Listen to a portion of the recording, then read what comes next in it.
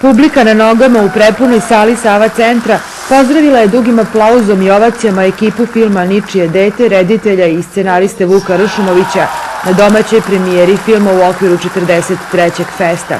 Svetsku premijeru film je imao na festivalu u Veneciji gde je ovečan sa 3 nagrade, a potom dobio niz priznanja na filmskim manifestacijama u svetu.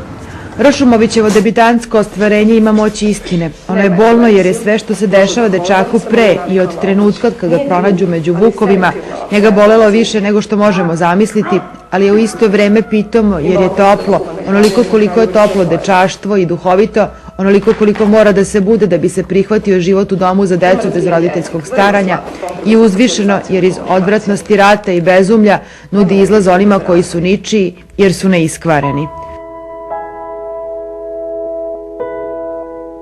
Kažu da ne bi trebalo raditi sa decom, pogotovo ne prvi film, i sa životinjama. Mi u filmu imamo i životinje i dosta dece, međutim za mene taj rad bio veoma zahvalan i nekako stvarno na kraju mislim da se sve to prenelo u sliku, u sam film.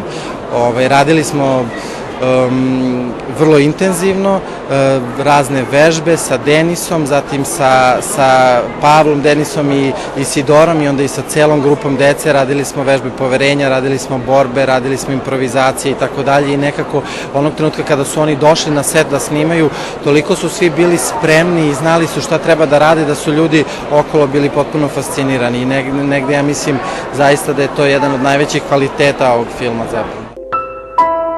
Svu ljubkost, snagu, čovečnost ovom filmu dali su nezaboravni likovi dece iz tog betonskog bezličnog dvorišta, predvođeni glavnim junakom Harisom Pućkom, kog tumači Denis Murić, i njegovim drugom Žikom, kog tumači Pavle Čemerikić.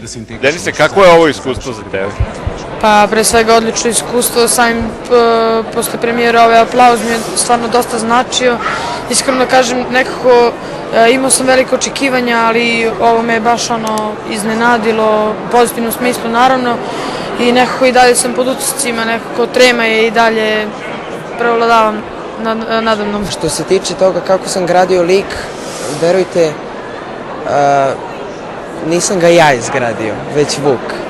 Tako da mi smo zajedno kroz igru, kroz zabavu, kroz neke probe, improvizacijske vežbe, kreirali taj lik, da. Međutim, ja nisam bio svestan uopšte.